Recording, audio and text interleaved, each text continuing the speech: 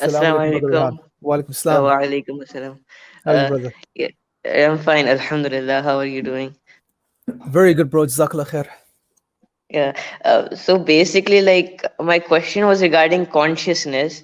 I did watch like the Londoniya, the series in *Sapiens*. So basically, like uh, I wanted to know like how does Islam explain consciousness, or at least like what view do you hold on consciousness? Is it like a dualist explanation, or like So let's break this down then in a very simple way.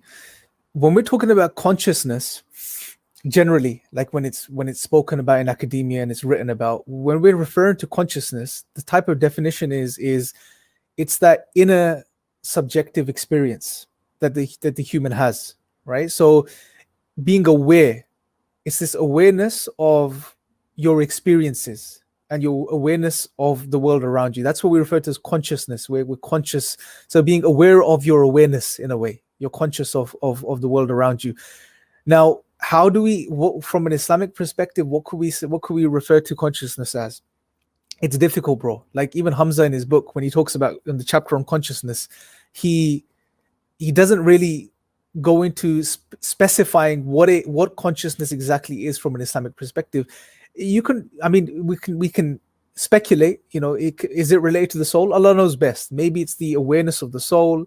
It's it's very hard to pinpoint as to exactly what it is. But consciousness is, it's our awareness, the awareness of being aware, if you like, and aware of our experiences, being able to experience, feel these, all of these things attached to it and relate to it. So hopefully that sort of clarifies it. Although it's not very, I'm not in the position to sort of tell you, okay, consciousness from an Islamic perspective is this. But when we're referring to consciousness, we're talking about our inner first person experience. That's what we're referring to. thank Does you, that help? Jazakallah. So, but Yeah, it is interesting, Rehan. It is very interesting because consciousness, and this is why consciousness is a big problem on materialism or naturalism, because from their perspective, the human being is nothing more than just atoms and molecules, which is this biological animal, this creature, physical, yeah, material creature. And therefore, okay, how do you now make sense of consciousness? This first person experience, which is unique to you and no one else shares in it, and you can't materially peg it to something. You can make correlations. You can say, okay, maybe there's a link between consciousness and the brain, right? That's why when scientists look at brain scans and study the brain, when the person is stimulated by something, there seems to be a response. So there seems to be a link, but it doesn't mean they're one and the same thing, right? So they're two different things. You can't measure consciousness in a test tube. yes, yes. So this is why we may incline towards saying that, okay, it's not consciousness. Our conscious self is most likely not related to our physical self, is related to our, maybe the spirit, the soul, the ruh. But exactly how, Allah knows best. Okay, yeah, Jazakallah khair. Wayak, bro, no problem. Inshallah. Assalamu alaikum, bro. Wa alaikum salam. Okay, before we move on to the next brother Wasim, just another point on consciousness, because I think it ties in with the sort of topic of idealism as well, which is this idea, and I've recently come across it, and it's becoming quite popular. It's this idea that consciousness is at the base, and the material world, essentially, many idealists would say, it doesn't exist. It's our perception. It's just a perception. It's something that's created by the consciousness. So it's not something that exists outside. And the reason I want to sort of go into this and clarify this is because although we may incline initially towards thinking, wow, there's some similarities here in some way between Islam and this philosophy, there are many differences as well, because the proponents of idealism, they will suggest that some of them, that there's one unifying consciousness at the base of everything, right? And everything stems from that.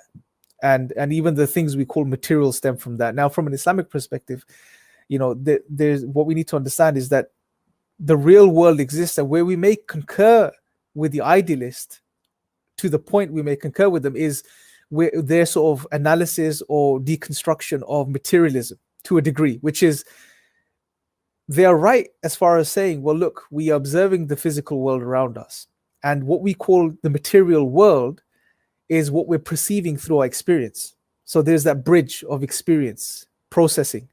So when you look at a phone, right, it's what we're seeing is what we're receiving after that process of using our senses to experience this phone, and then the mind and the brain processes this, and then we come up with a conception. Okay, we can see the phone, and the phone looks in a certain way. However, although we can't exactly say that if in reality this phone that we're perceiving is materially exactly like this, or if it's just our perception of the material, aside from all of that, we know that there is something there, which is the material, right? There is something there. There is something what we know Allah has created, the world around us. The exact nature of the world and how it actually is, aside from our perception and experience of it, is a question you can sort of engage.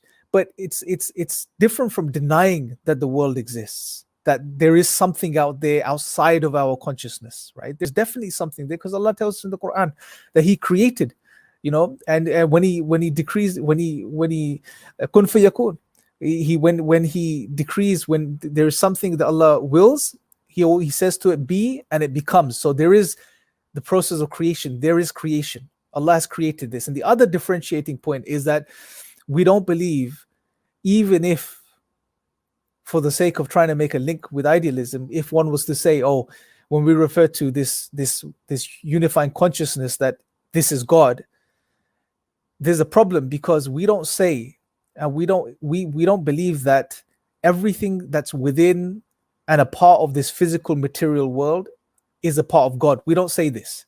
This is creation. This is distinct and disjoint from Allah subhanahu wa ta'ala. Right? So there is another, this is one of the key differentiating points, because what the idealist would turn around and say is there is this unifying consciousness, and everything is a part or emerges from this consciousness, right? So we have to be careful. Some of you may have come across the ideas of idealism, some of you may not have. So it's important to sort of at least recognize these key differences.